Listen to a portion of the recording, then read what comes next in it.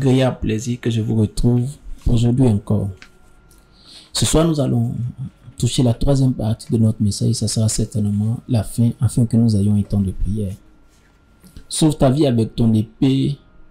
C'est ce thème que Dieu nous a mis à cœur pour relever l'espérance et ramener plusieurs qui croyaient, qui étaient découragés, qui croyaient que c'était la fin de leur mouvement de vie. Sauve ta vie par ton épée. Et cette parole que Dieu envoie vers toi pour te donner de comprendre, de savoir que rien n'est encore fini. Peu importe ton échec et tes échecs, la grâce et la faveur de Dieu seront ton partage.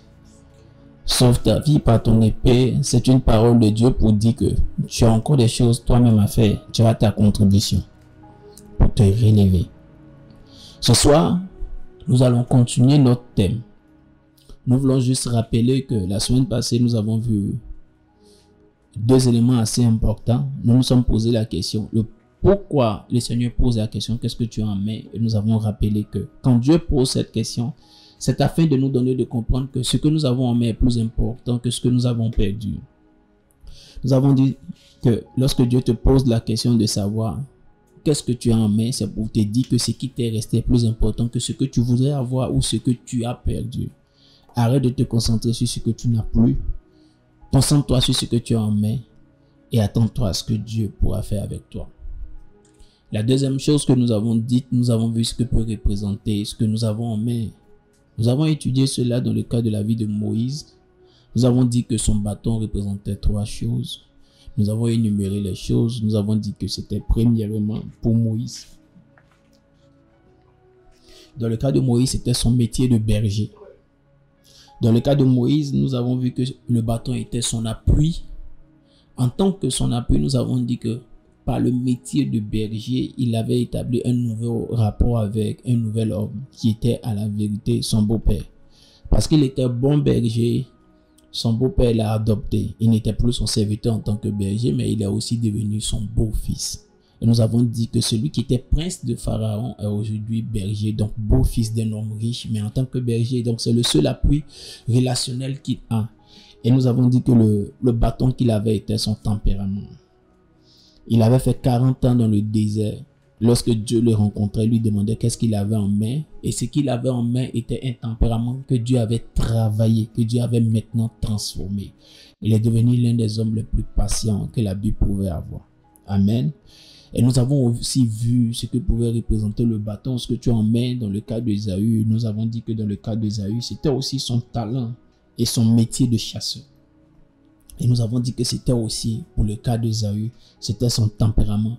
Nous avons vu Ésaü, un homme fougueux, un homme qui est assez téméraire, un homme qui était proactif. Et nous l'avons vu en train de bouger. Mais nous avons vu à la fin que pour Ésaü, ce qu'il avait en main, son épée était à la vérité pour lui maintenant sa parole prophétique. Et c'est avec ça que nous nous sommes laissés. Aujourd'hui, je voudrais finir ce thème.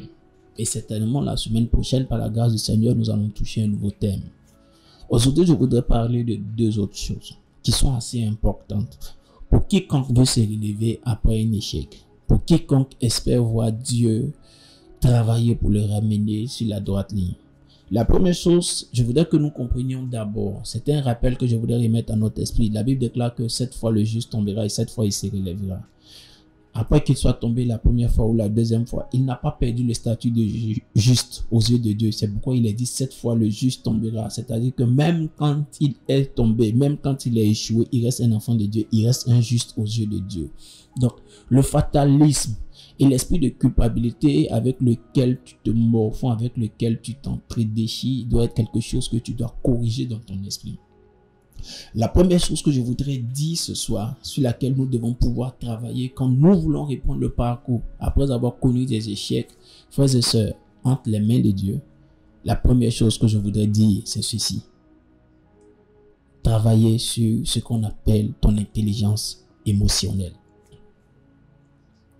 Bon nombre de personnes ne comprennent pas que dans l'histoire de la vie, dans l'histoire des conquérants que nous avons, tous n'ont pas forcément réussi parce qu'ils étaient hyper intelligents. Tous n'ont pas réussi parce qu'ils n'avaient jamais échoué. Tout ce que nous voyons au sommet aujourd'hui, tout ce que nous voyons avec ayant accompli de grands succès ne sont pas forcément des personnes qui n'ont jamais échoué. Ne sont pas forcément des personnes qui ont eu la vie toujours rose. Ne sont pas forcément des personnes qui ont toujours réussi tout ce qu'ils faisaient. Ce que nous devons comprendre, c'est que c'est certainement des personnes qui ont décidé de se battre, qui n'ont pas laissé les émotions et les expériences de ces ventes qu'ils ont vécues les engloutir. L'intelligence émotionnelle doit être pour toi et pour moi quelque chose qui doit nous pousser à la vérité, à contrôler les émotions que nous ressentons. Après un échec, c'est sûr que la première volonté que tu as, c'est de te laisser t'effondrer. Après un échec, c'est sûr que la première intention que tu as, c'est de t'apaisantir, pleurer, abandonner peut-être même. Après un échec, c'est sûr que tu es enclin à ne plus croire en toi. Mais j'aime cette parole de l'Ecclésiaste qui dit qu'il y a un chien vivant vaut mieux qu'un lion mort. Il y a encore de l'opportunité.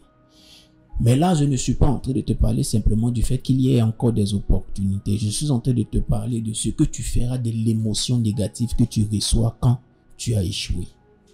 Tu as deux choix. Le premier choix pourrait être de te laisser tuer par l'émotion, par ce que tu as entendu, par ce que tu as vécu, parce que tu as échoué par la situation.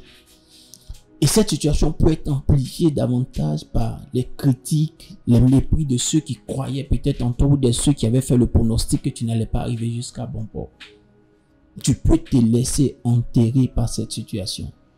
Le trop plein d'émotions qui remontera en ton cœur peut t'amener à croire que tu es un bon à rien. Le trop plein d'émotions qui remontera dans ton cœur peut t'amener à être découragé, abasourdi, être emporté certainement. Mais il y a ce qu'on appelle la gestion de nos émotions. Certaines personnes ont choisi de prendre cette émotion comme une énergie catalysatrice.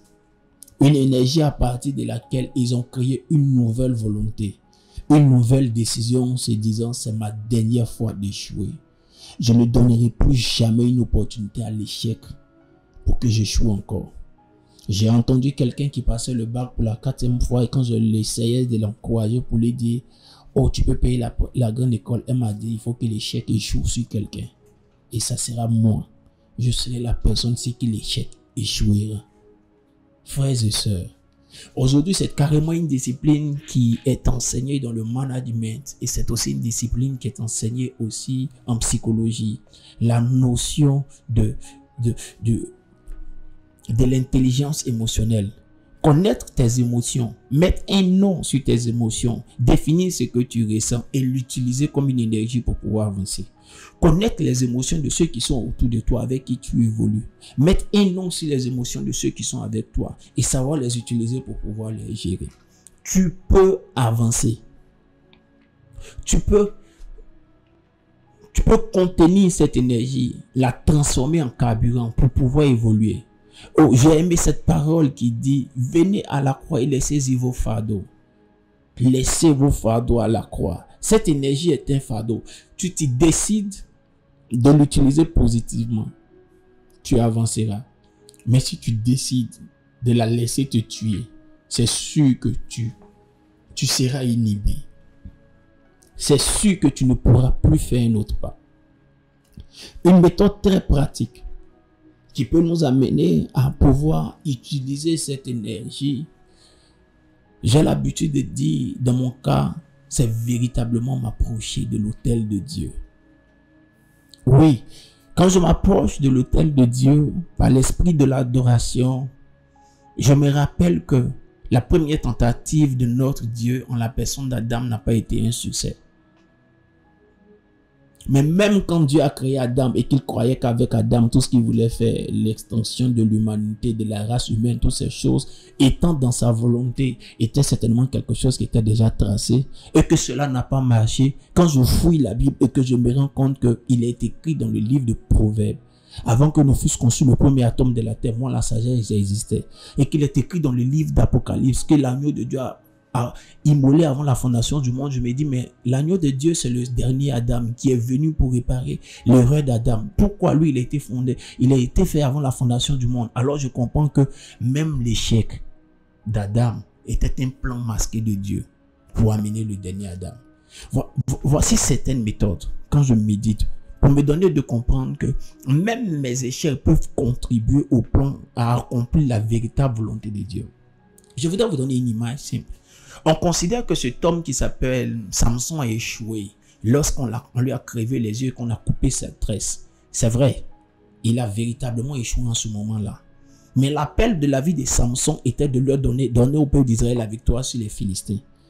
Et tout ce que Samson avait fait jusqu'à présent, c'était de se battre avec certains soldats philistins de part et d'autre. Mais il n'avait jamais tué de prince philistin. Mais la Bible déclare que lorsque les cheveux de Samson ont poussé, que Samson était là-bas, maintenant comme une marionnette à leurs yeux, et qu'il a appelé la grâce de l'Éternel pour une dernière fois, la Bible déclare qu'il a tué tout.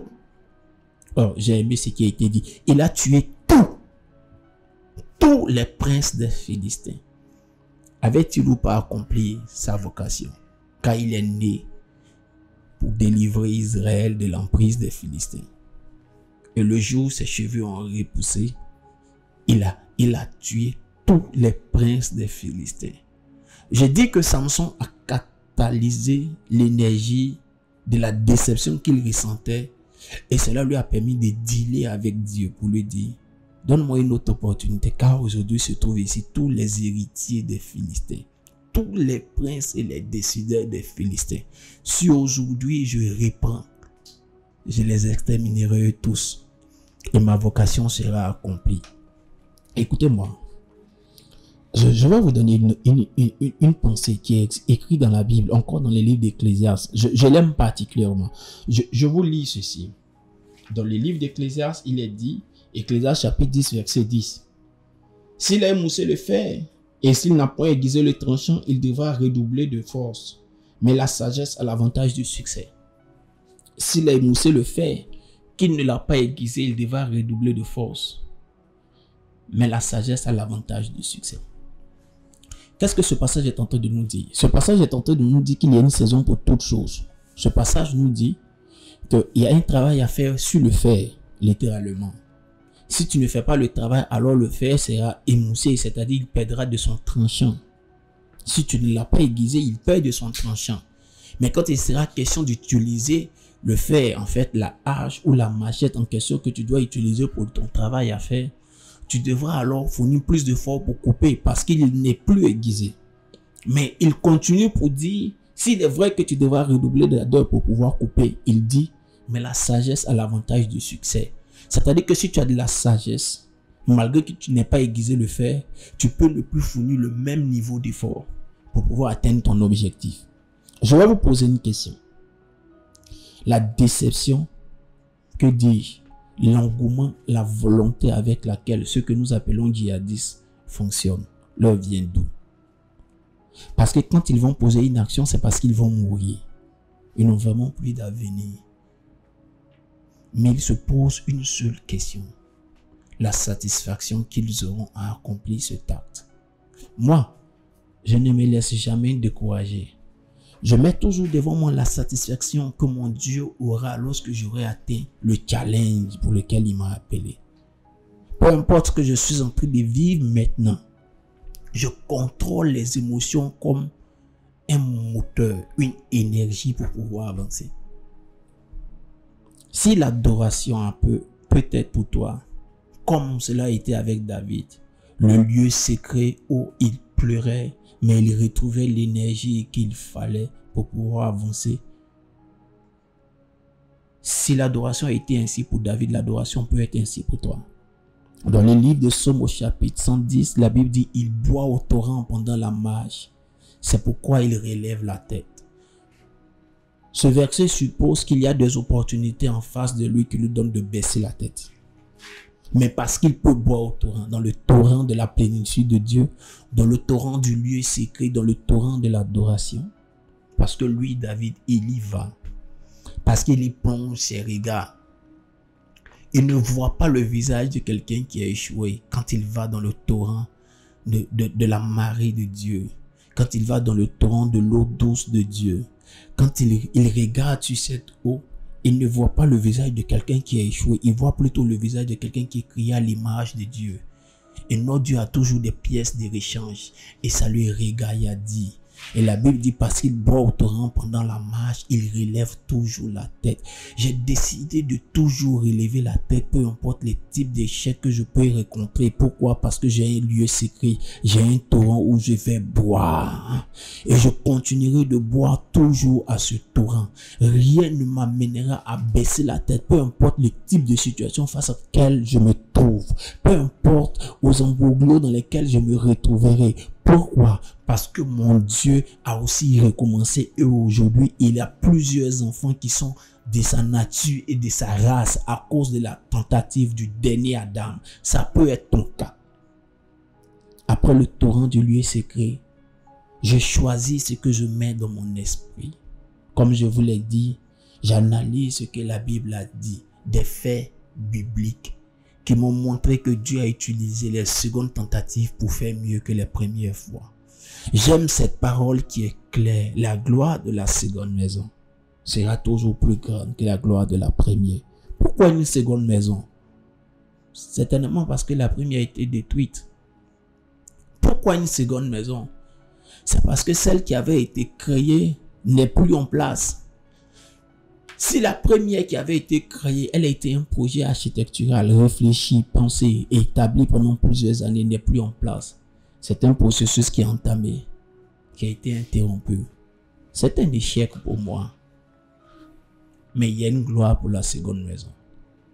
Ce n'est pas moi qui l'ai dit. La Bible dit, celui qui a fait la promesse est fidèle et il est capable de l'accomplir. Et c'est lui qui dit que la gloire de la seconde maison sera plus grande. Et j'utilise ces émotions-là pour pouvoir courir. J'utilise ces émotions-là pour pouvoir danser. J'utilise cette énergie nouvelle pour dire, il me reste encore de nouvelles opportunités. Et je ne dois pas m'arrêter. Je dois me battre, je dois avancer. Parce que la seconde maison doit être bâtie avec beaucoup plus de tact, avec beaucoup plus de beauté, avec beaucoup plus d'élan, avec beaucoup plus d'entrain. Il y a un dernier point que je voudrais utiliser, que je recommande toujours à ceux qui veulent reprendre la route, après qu'ils aient commis des échecs, qu'ils aient connu des situations complexes. Et ce dernier point, je sais que tu vas l'aimer. C'est la prière. La prière change le cours des choses. La prière façonne l'histoire. La prière impose aux situations la volonté de Dieu nous concernant. La prière ouvre le ring à l'intervention divine. Vous savez, il a dit quelque chose, notre Dieu. Le ciel est son trône et la terre est son marchepied. Il a dit qu'il a donné la terre au Fils de l'homme. Donc toute intervention sur la terre doit être établie par la volonté du Fils de l'homme pour inviter Dieu à intervenir. Si cela n'est pas fait ici, alors Dieu sera dans une situation d'illégalité. C'est alors que quand tu es dans un ring de boxe ou de catch et que vous combattez avec des partenaires et que même les deux adversaires se mettent ensemble pour te malmener, si toi ton adversaire est Dieu, parce qu'il n'y a pas d'illégalité en lui, il n'y a pas de fraude en lui, il ne pourra pas entrer sur le ring. Même si deux personnes adverses sont en train de te malmener. Il faudra que tu fasses tout pour toucher sa main et lui dire, viens, c'est ton tour, entre aussi dans le ring afin que nous travaillions. Voici ce dont il est question. Les facteurs qui peuvent conduire à l'échec sont de différents ordres. Peu importe le nom, on pourrait les classer dans deux grandes catégories, les facteurs internes et les facteurs externes, ou endogènes et exogènes, selon la position, mais c'est le même cas. C'est-à-dire des facteurs qui répondent de ta responsabilité et ceux qui ont été imposés à toi. Mais dans tous les cas, ce que tu dois comprendre, c'est que inviter Dieu est la plus grande chose à faire. J'ai été responsable de ce que j'ai échoué parce que j'ai été insouciant face à certains détails de ma vie. Si j'invite Dieu, si j'appelle Dieu, il est en mesure de réparer la situation. J'ai échoué certainement parce que j'ai été confronté à un type de réalité, des forces au-dessus de moi, comme le psalmiste David pouvait dire dans le psaume 18. Délivre-moi de mes ennemis plus puissants que moi. Si j'invite Dieu, il interviendra. Je voudrais finir en vous donnant l'exemple d'un homme qui est dans la Bible. Il s'appelle Jaïbet. La Bible dit que Jaïbet était plus considéré que ses frères. Ils étaient dans une période de partage, de portions, de terre et toutes ces choses. Mais l'arrière-plan de Jaïbet était que Jaïbet est né dans une période de douleur. La Bible dit que sa mère lui a donné le nom Jaïbet parce qu'elle l'avait enfanté dans la douleur. Et la Bible dit que Jaïbet a invoqué Dieu. Et il a dit, si tu me protèges, si tu ne m'abandonnes pas, si tu étends mes possessions. Et la Bible déclare que Jaïbet est devenu l'homme le plus considéré de sa famille. Rappelle-toi que toi et moi, nous avons dit qu'il existe des facteurs externes qui peuvent contribuer à un échec. Et nous enseignons souvent que dans ces facteurs externes, il peut arriver que le nom que tu transportes peut créer une influence. C'est un facteur externe qui dépasse les possibilités de Jaïbet parce que ce n'est pas lui qui lui a donné, qui s'est donné le nom Jaïbet. La Bible dit, sa mère lui a donné ce nom parce qu'elle a accouché dans la douleur. Certainement que Jaïbet voulait vouloir dire douleur parce que les noms sont donnés en fonction des événements. Mais malgré que son nom était lié à la douleur, la Bible dit qu'il est devenu l'homme le plus considéré de sa famille. Pourquoi? Parce que entre la naissance et le nom qu'il porte et les événements de la suite, il a invoqué Dieu. Si tu invoques Dieu, il peut réparer tes erreurs. Si tu invoques Dieu, il peut réparer les erreurs que tu as commises par le fait que cela ne soit pas de ton ressort. Le cas de Jaïbet doit être un cas école pour toi et moi. Et nous devons pouvoir invoquer Dieu, l'appeler à intervenir.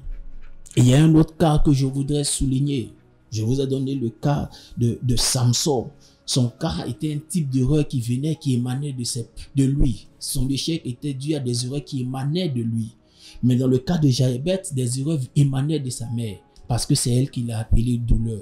Mais il est devenu l'homme le plus influent de sa famille. Je voudrais finir avec un autre cas. C'est le cas de David, ce grand psalmiste. Nous avons vu l'histoire de David et Bathsheba. Nous avons vu comment il a commis cette grave erreur. Et nous nous sommes tous dit que David était une mauvaise personne. Mais écoutons les plaintes de David devant Dieu. Lorsque David se repentait devant le trône de Dieu, David a dit quelque chose de très profond. Il dit, mais je suis né dans l'iniquité et ma mère m'a conçu dans le péché. Mais toi, tu veux que la vérité soit au fond de mon cœur. Fais donc pénétrer la sagesse au-dedans de moi. Qu'est-ce que David était en train de dire? S'il est né de sa mère, il n'est pas né d'iniquité. Si sa mère était dans le foyer, ce n'est pas un péché. Il était certainement en train de dire que c'est pas sa mère qui était dans le foyer. Il était certainement en train de dire que sa mère était dehors, qu'il est le fils d'un adultère. Et plusieurs courants théologiques aujourd'hui soutiennent cette théologie. Il était en train de dire que si aujourd'hui je suis sujet à l'adultère, c'est parce que je l'ai hérité. Mais il continue de dire, mais quand je veux dire ces choses, Seigneur, tu me dis, sois sage, n'expose pas ton père. Et dis alors, donne-moi la sagesse de gérer la colère et les émotions que je veux, que je traverse. Donne-moi la sagesse de me relever. Et dis, fais donc pénétrer la sagesse au-dedans de moi. Si nous prions, Dieu peut nous donner la sagesse de la gestion des émotions. Si nous prions, Dieu peut nous aider à revenir. Dieu peut nous donner de réparer ce qui était gâté. Et Dieu peut nous donner de pouvoir reprendre la grande ligne. Là où d'autres personnes aurait pu laisser cette veuve parce que son enfant avec elle n'est pas resté. Son mari était mort. David aurait pu se comporter comme quelqu'un qui cherchait, comme on le dit à Abidjan, uniquement qu'à sortir avec elle et tout. David a eu la sagesse de réparer son erreur en considérant cette veuve comme étant une nouvelle épouse avec qui il pouvait rester.